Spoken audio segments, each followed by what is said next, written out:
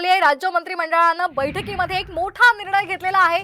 EWS, SEBC आणि OBC विद्यार्थिनींसाठी मोठी घोषणा करण्यात आली आहे। व्यावसायिक अभ्यासक्रमाला प्रवेश घेणाऱ्या आर्थिक ईडब्ल्यूएस त्याचबरोबर एसईबीसी आणि ओबीसी मुलींना शिक्षण शुल्क आणि परीक्षा शुल्कांमध्ये 50% ऐवजी आता 100% शिक्षण शुल्क प्रतिपूर्ती मंजूर करण्यात आलेली आहे।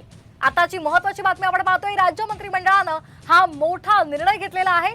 ईडब्ल्यूएस, एसईबीसी आणि ओबीसी विद्यार्थिनींसाठी सरकारनं मोठी घोषणा केलेली आहे। व्यावसायिक अभ्यासक्रमामध्ये प्रवेश घेणाऱ्या आर्थिक ईडब्ल्यूएस त्याचबरोबर एसईबीसी आणि ओबीसी मुलींना शिक्षण शुल्क आणि परीक्षा शुल्कांमध्ये 50% ऐवजी आता 100% शिक्षण शुल्क प्रतिपूर्ती मंजूर करण्यात आली आहे। या संदर्भात अधिक माहिती घेऊयात आमचे प्रतिनिधी गणेश कवडे यांच्याकडून।